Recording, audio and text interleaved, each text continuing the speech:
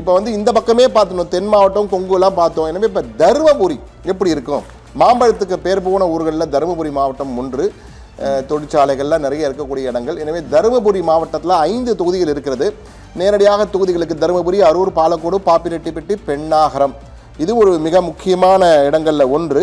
ஏன்னா தருமபுரியில் சௌமியா அன்புமணி, இந்த முறை சௌமியா அன்புமணி மீண்டும் அதிமுக பிளஸ் பாமக, சௌமியா முதன்முறையாக சட்டப்பேரவைக்குள் நுழைகிறார் போல இருக்கிறது. அரூர் அதிமுக அதிமுக அதிமுக கோட்டை, அது இந்த முறையும் அதிமுக என்று வந்திருக்கிறது. பாலக்கோடு எப்படி இருக்கும்? எப்பொழுதுமே அதிமுகவின் கோட்டை தான். 2000 கடந்த 5 தொகுதியும் வென்றது.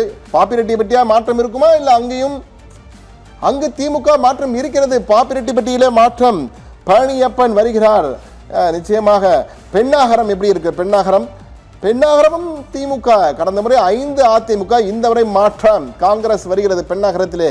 கண்ணன், சுருக்கமா உங்களுடைய கருத்து. தருமபுரி மாவட்டத்தை பொறுத்தவரை அதிமுக பாமக அந்த ஓட்டிங் டிரான்ஸ்ஃபர்மேஷன் வந்து மிக அருமையாக நடக்குதுன்னு தான் கடந்த முறை அது பார்க்கப்பட்டது. இந்த முறை கேண்டிடேட்ஸ் பாப்பிரெட்டிப்பட்டி பெண்ணாகரத்தில் அந்த ஜிகேஎம் தமிழ்குமரன் அவர் வந்து ஏற்கனவே அங்கு ஜிகே மணி வெற்றி பெற்ற தொகுதி என்பதால் இந்த முறை அந்த தொகுதியை காங்கிரஸை சேர்ந்த ஒரே வாரத்தில் சீட்டை வாங்கிட்டு அங்கே போய் நிற்கிறாரு. பல அதிருப்தியில் இருந்த போதிலும் அவருக்கு வாய்ப்பு இருப்பதாக இப்போது நமக்கு சர்வே முடிவில் தெரிவிக்கிறேன். சிறந்த கவனிப்பு இருக்குன்னு நினைக்கிறேன். இது பழனியப்பனும் இதே போல அணிமாறினவர் தான். அதிமுகவிலிருந்து திமுக வந்தவர். அதனால பழனியப்பனுக்கும் இந்த முறை அங்கு வெற்றி வாய்ப்பு இருக்கிறது. ஆனால் மிக முக்கியமாக விஜய பிரபாகரனை தொடர்ந்து சௌமியா அன்புமணியும் முதல் முறையாக அங்கு செல்வதற்கு காரணம் அதிமுக பாமக கூட்டணி தான்.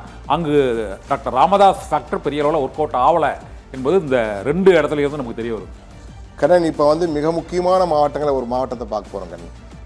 தூத்துக்குடி மாவட்டம், டியூட்டிகுரின். எனவே நேரடியாக தூத்துக்குடி மாவட்டத்திற்கு செல்வோம். தூத்துக்குடியிலே 6 தொகுதிகள் இருக்கின்றன. என்னென்ன தொகுதிகள்? கோவில்பட்டி, ஒட்டப்பிடாரம், ஸ்ரீவைகுண்டம், தூத்துக்குடி, திருச்செந்தூர், விளாத்திக்குளம். எந்த வாய்ப்பு இருக்குன்னு பார்ப்போம். கோவில்பட்டி அதிமுக கோட்டை என்பார்கள். இந்த முறை எப்படி? இந்த முறையும் அதிமுக என்று அதிமுக என்று வந்திருக்கிறது. ஒட்டப்பிடாரம் எப்படி இருக்கும்? அதிமுக திமுக இந்த முறை இழுபறி கட்டும் போட்டி இருக்கு ஒட்டப்பிடாரத்தில்.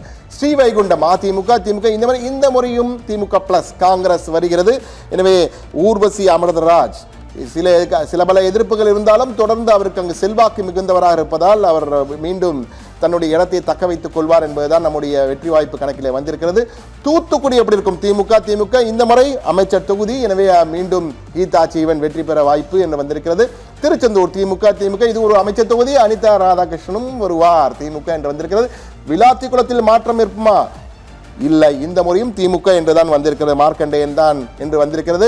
கண்ணன், தூத்துக்குடி சுருக்கமா தூத்துக்குடி மாவட்டத்தில் அந்த ஓட்டப்பிடாரம் தொகுதியில் இழுபறியா இருப்பதற்கு காரணம் அந்த புதிய தேவலகம் கிருஷ்ணசாமி அங்கு போட்டியிடுவது அங்கு அந்த இழுபறிக்கான ஒரு முக்கிய காரணமாக கூறப்படுகிறது. ஏனென்றால் அங்கு திமுக கடந்த முறை வெற்றி பெற்ற போதிலும் இந்த முறை அங்கு அமமுக போட்டியிடுகிறது. ஆனால் கிருஷ்ணசாமி போட்டியிடுவதால் அந்த இழுபறிக்கான காரணம். கோயில்பட்டியை பொறுத்தவரை அவர் 3வது முறையாக கடம்பூர் ராஜு அங்கே ஏற்கனவே வெற்றி பெற்று அந்த பகுதியில் ஒரு செல்வாக்கு மிகுந்த வேட்பாளராக இருக்கிறார். அது அதிமுக அந்த பிஜேபி கூட்டணி அங்கே வந்து கோயில்பட்டியில் வந்து கடுமையாக ஒர்க் அவுட் ஆகுது. திருச்செந்தூரில் அனிதா ராதாகிருஷ்ணனுக்கு எதிர் நிற்கக்கூடிய வேட்பாளர் வந்து ஒரு பாஜக வேட்பாளர்.